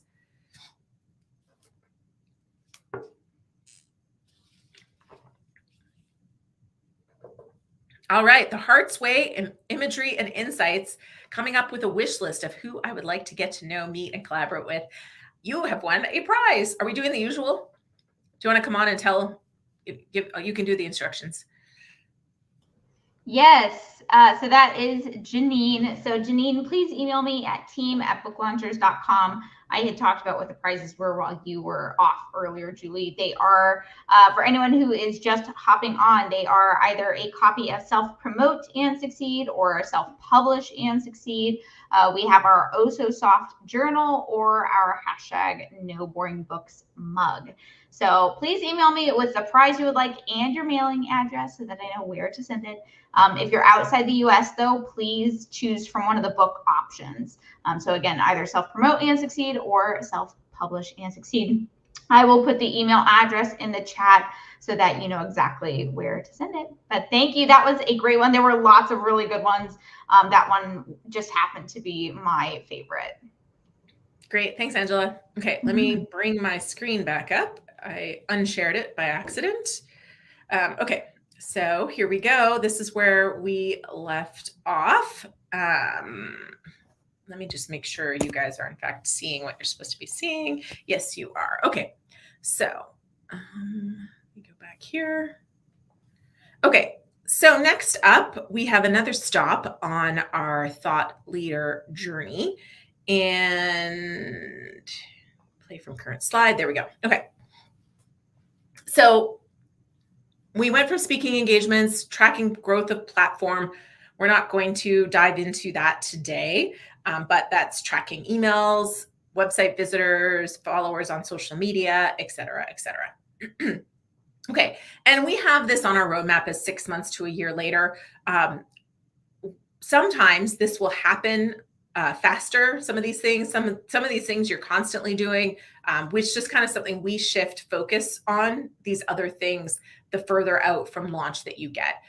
6 months may not be accurate. It might be more like 3 months. It's basically just saying we don't do these things launch a month because there's so many other things to focus on. But seeking foreign rights for your book, this can be a tremendous opportunity. And it has been so fun to see some of our clients, getting interest and securing. We've had a few clients secure multiple foreign rights deals. So what does that mean? That means they still own the rights to their book because they've self-published in, English-speaking countries. But as an example, I can't remember exactly which countries it was. I'll just make it up because I don't remember the exact countries. But Nick Hutchison, who wrote Rise of the Reader, he was a client of ours. And when his book came out, he started getting interest from, let's say, a Turkish publisher. It wasn't Turkey, but anyways, I'm making that part up. And a couple other publishers. And he ended up signing 2 different publishing deals. So that publisher publishes it in their language, in their country, owns the rights in that language, in that country. He had to write a different intro for it for those countries. They translated it. They took care of everything. He gets an upfront fee plus ongoing royalties. I believe Carol Sanford also secured some foreign rights, and there was a couple other clients that were in negotiation, and I haven't heard if they actually landed firm contracts yet. But what I love about foreign rights is part of this whole idea of this book being intellectual property, and you've done the work, and now you're finding other ways to get paid for it.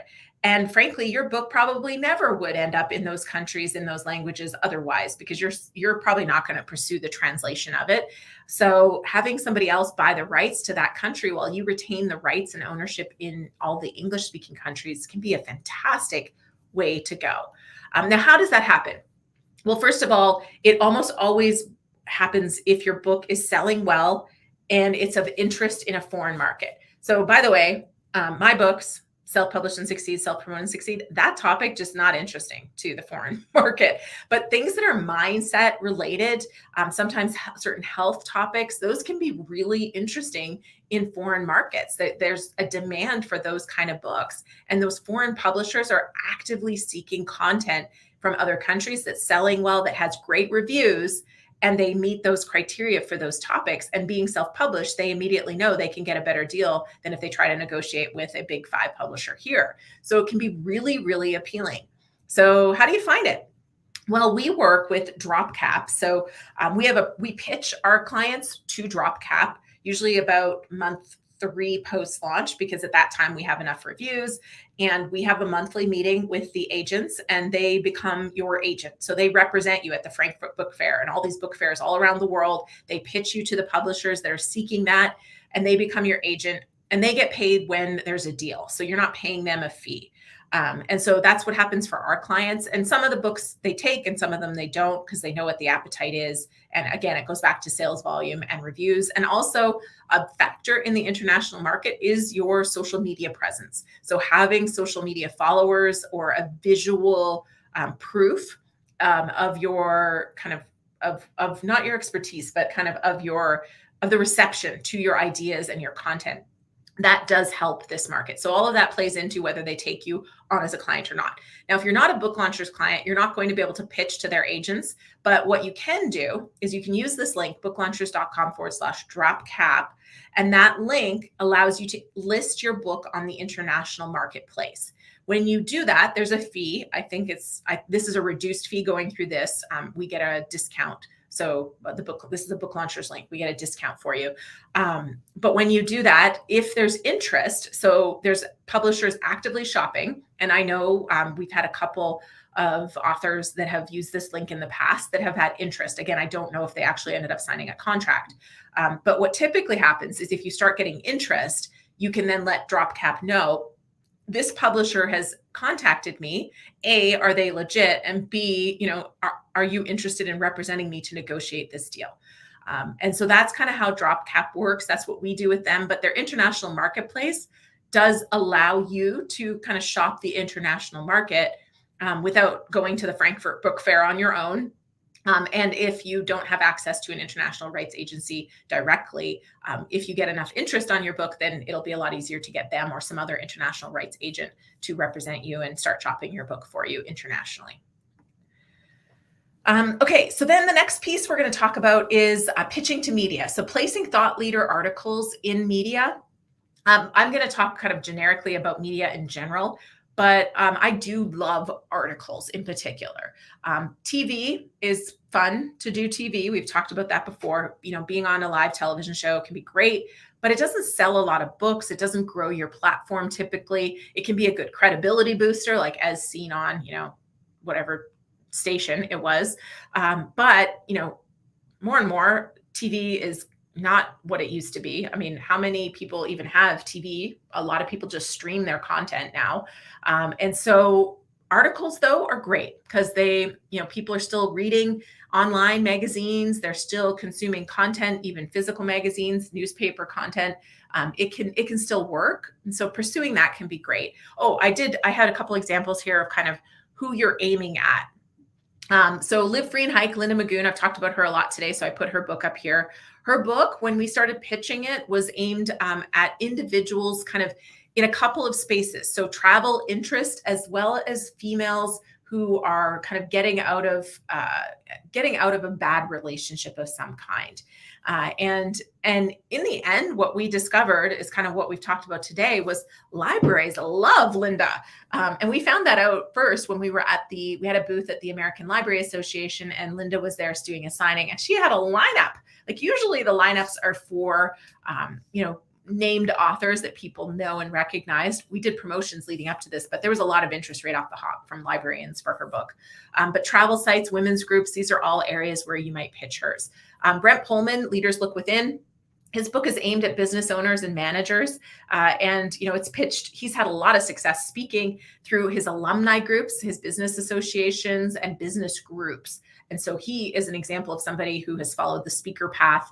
And he actually just gave us some sort of a testimonial recently, sharing success about how he's now in front of a lot of speaking audiences. And, it's been more than a year since his book came out. So not to think book comes out and automatically you're a speaker. A year later, he's enjoying massive success, and it's growing success with this audience for speaking. And then Monique Nugent, this book is just so valuable for anybody that's going to be having a hospital stay, because she's a hospitalist and she helps people have a better hospital experience. We pitched it initially. We were pitching it to patient advocacy groups, but what we have now found actually is a great market for her book are people in care facilities, seniors' homes, because it's sad to say, but it's inevitable that they're going to have a hospital stay at that age. And so it can almost be, when you're going into an assisted living facility, it's a gift for you to, if you move in, they can give it as a gift. If they have a guest speaker come in, content around that. So some of the magazines or associations or article pieces, her book's a great fit for that stuff. Okay, so how do you find these places? Well, there's a few things. You can look up who's talking about your keywords. So you can set Google alerts and follow hashtags on social media. You can also follow certain organizations to uncover who might be talking about the thing that you talk about or the groups that you're looking for. Associations and organizations, Google your keyword plus association or organization or group or location or meeting if you're trying to find upcoming meeting dates. Those are all kind of little techniques that you can use. Magazines, blogs, and broadcast. We pay for these tools, Muck Rack and Cision, they're very expensive. We pay for them because we're pitching our clients for media, so we kind of need them. So you're probably not going to pay, thousands of dollars a year for those tools to access the media outlets and the contacts and their contact information. But you could use something like Harrow or Quoted or a news tip. These are places that you can check for media that are actively pursuing content for stories. You can also go to stationindex.com/TV if you're interested in broadcast television contact information. Events and conferences. Directory of associations can be a great one. 10times.com, again, keyword plus conference or audience. Chamber of Commerce can be great. Meetup.com. When I was first starting with speaking, I gave a meetup.com talk probably not every month, I probably gave 5 or 6 a year to different meetup.com groups. Some had 12 people in the room, but some had 200. And they were a fantastic place to get video footage, testimonials, collect email addresses. They're very casual most of the time. And it can be just a great place to get your feet wet. And speakertunity.com is also another place you can go to for things. I also use ChatGPT to do research as well. And some of the other tools we've talked about here, perplexity.ai. And there's some other ones that Apollo, I think it's apollo.ai. I think that's what the link is. That's another one for doing research. You have to pay for it, but it can be a great contact research database too. And it plugs into LinkedIn. So yes, research takes a lot of time. This is one of the reasons, in our service, the team is spending a ton of time doing research, because not only are you researching who to pitch, you then have to research what to pitch. Okay, so here goes the elements of a great pitch. And how are we doing for time here? Okay. We could almost do a part 3, but we're not going to. That's really what Author Business Accelerator is for now. We're going to deep dive every month into these things and then help you with them. So again, kind of just plugging that group, because it's still a very small group, but I love this group that we're creating and building, because we are going to spend more time just teaching you, versus if you want us to do it for you, then you hire our full service. But a lot of people don't want to hire. They want to do it themselves. They want to learn. And so that's what we've created Author Business Accelerator for. So we can deep dive into these things and not rush on a Saturday. But the elements of a great pitch, you really have to know what value you're providing, but not just that, value relevant to that particular audience. And so you have to figure out, what I've done is I often go through. So say I'm pitching a magazine. I will read the last 6 issues of the magazine and I'll go, okay, cool. They've covered this, this, and this that are related to what I talk about, but they've never covered this gap. So now I know they're covering this topic, but they haven't addressed this piece. And that's actually something that I am uniquely situated to talk about. So now I'm going to go, okay, that's the value I provide. This is the angle. So now I'm going to customize it to that particular outlet. And then I'm going to give facts or really kind of draw them in, whether it's research or stats or a story of what I'm talking about and why what I'm talking about is going to be relevant to their audience. But this has to be short, brief, to the point. You're not sending a copy of your book with your pitch. You're not even sending, sometimes you don't even send your media kit. You might attach it as a link at the bottom, but they don't usually click on links or attachments when in the first pitch. So you're usually just sending a quick little thing to see if they're interested, and then they'll write you back if they are. But it's really important that you do this. And this is where, some of those companies that that'll charge you for a press release service. The press release service is not going to get you press. It might get you a couple backlinks to your website, but it doesn't get press, because a media company will get thousands of press releases in a day. They never read them. This means you have to work though. Each and every pitch that you're doing is probably going to take you an hour or 2, if not longer, to prepare and properly put together, because you have to figure out not just the value you offer, but how does it relate to the content they've previously talked about, and what are you going to bring that's new and backed up by facts and research. But when you do this and you get it, you'll start getting people going, hey, I'm interested. Can you send me a copy of your book? Can you send me your media kit? Or, hey, can you just write me the article and send it to me? And let me see if we can get it in. Okay, cool. So I kind of flew through that, but we are near the end. So post-launch, a year post-launch, obviously do something to celebrate your 1-year anniversary. You might be then ready to announce your new book or special event. Then you're going to keep tracking growth and enjoy your increased audience, new connections, and new opportunities. Like I said, Brent recently sent us a note because he's just a little bit over 1 year post-launch, and he's loving it because he's having so many cool opportunities come about. And again, he's somebody who said yes to a lot of things. I think he did some free speaking engagements in the beginning. I think he said yes to every podcast. And he's busy. He runs, I don't even know how many multi-million-dollar company, but he said yes to everything and has been very gracious in growing that author platform little bit by bit. And here we are just a little bit over a year after his books come out, and he's just really enjoying the fruits of his labor, and potentially working on a new book, which often happens. So, all right, that is the presentation for today. If you haven't already got Self-Promote and Succeed, you are invited to download the audiobook for free, booklaunchers.com/audio. And of course, even if you download it for free, I would still be grateful for a review on Amazon. Of course, you know now to put the disclosure at the bottom that you received this free copy and you are leaving the review voluntarily. But I would still be grateful. I've given so many copies of this away for free that I don't have and I've had 12 reviews get removed. I don't have very many reviews. So I'd be very grateful for your help getting more reviews to help it find more readers, to help it open more doors. Because of course, as the doors open for me, I help share that with you so we can all grow and learn together. Whew. All right, we got time for a couple questions, and then that's the end. I think we're solid, actually. I was just double checking. You answered all of them in the last session, actually. Great. I love it. I do see a question from Karen that says, will these links be somewhere after the chat? And yes, Angela collects the links and puts them in a message thread for me so I can put them in the description in the YouTube video afterwards. Mm-hmm. Yeah, but that's literally it. There are no other questions. We can do another prize. I've got the giveaway tool. Great. Let's do that. One more prize, and then we will say goodbye until next. Well, okay. So Tuesday, while you're getting the giveaway tool up, so Tuesday we have a live stream back here on booklaunchers.tv, and we're talking about holiday book sales. So getting your book ready for holiday book sales.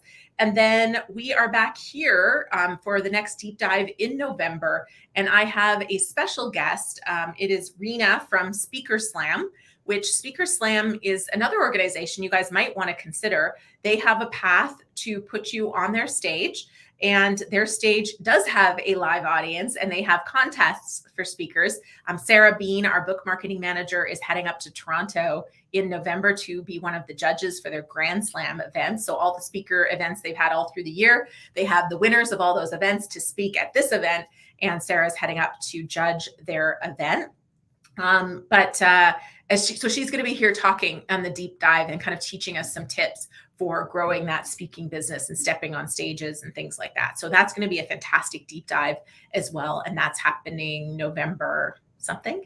I don't know what it is.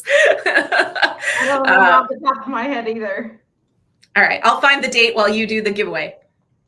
Sounds good. I was trying to give people a chance to get their stuff in there. All right, there we go. We got a couple other numbers ticking up. Get some last minute comments in there so that way you can be entered to win this prize. Let's see if it lands on me.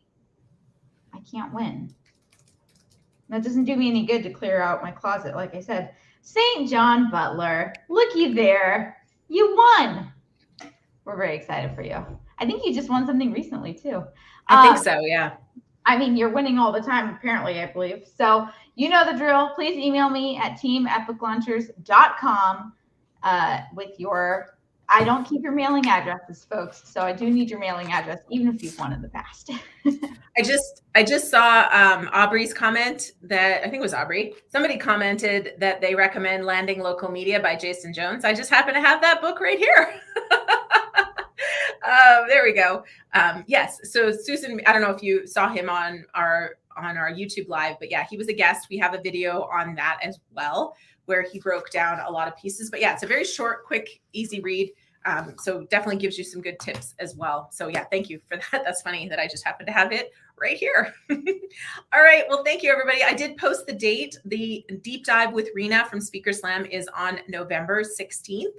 So, of course, it will be, we're doing all our deep dives now here on YouTube. So you can just pay attention here, make sure you're subscribed and you have the notifications turned on, because that will help ensure that you're here live for the prizes and to get your questions answered.